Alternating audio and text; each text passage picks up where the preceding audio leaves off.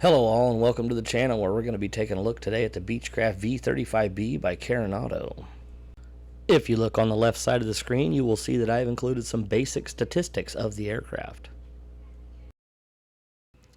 Moving over into the livery screen, we can see that Carenado has included several different liveries for the aircraft, and in typical Carenado fashion, they look excellent within the sim. Moving into the cockpit of the aircraft, we can see that the windows are functional on the pilot's side of the aircraft. The sun visors do work.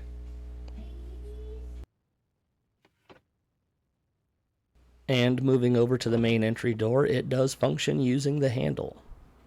By turning our camera around and moving back through the cabin of the aircraft, we can also open the luggage door from the inside using the handle. So here you go, here's a view from the aircraft on the outside with the doors open. And without further ado, let's get this thing started up. If I get rid of the yoke here, you can see that all of our switches are down here on the left side. We've got our battery, our alternator, and the lights all to the right of that. Moving over, I can hit my fuel pump on, set my mixture to full rich, and let's turn the key and get this thing fired up. I have my sound on the Xbox Series S set to headphone simulation, so it's very quiet at the moment. But if I open this up, you guys will be able to hear that it does get a little bit louder.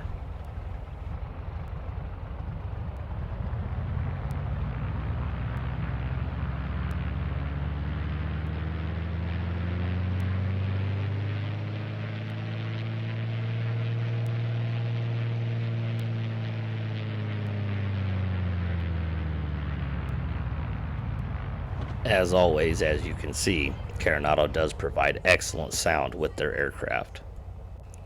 The navigation and radio switch is over here by itself to the right. So we kick this on and we see our gauges normalized, get the rest of our lights ready so that we can go ahead and get a takeoff. Now I did skip through the part of talking to ATC just so that I could keep this video a little shorter. I'm going to speed up the taxi once we get moving and cut to taking off. But the aircraft handles on the ground and in the air smooth. There is no doubt about it, Carenado puts a lot of time and effort into their aircraft. I have very few complaints, if any, and the ones I do have are minor for this aircraft.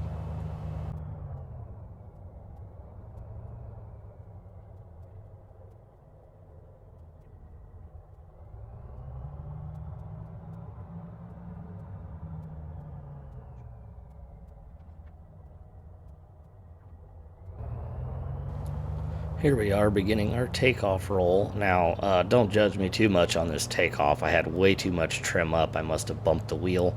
That is one complaint that I do have about the aircraft, is the trim wheel behind the dash can be accessed with your mouse when you are trying to zoom in and out, and I must have bumped it at some point. So as we roll here, you can see the aircraft is very smooth going down the runway. And we'll get airborne here to between 60 and 80 knots. Now, the rate of climb on this aircraft on takeoff is phenomenal. I find myself hitting vertical speeds of plus 1,000 to 1,200 accidentally. Part of what throws me off is in this camera view where I have the nose right now. In a Cessna would be a very nice and easy climb rate, but for this aircraft, the actual horizon at level flight is somewhere up around that screw on the pillar, above the compass even.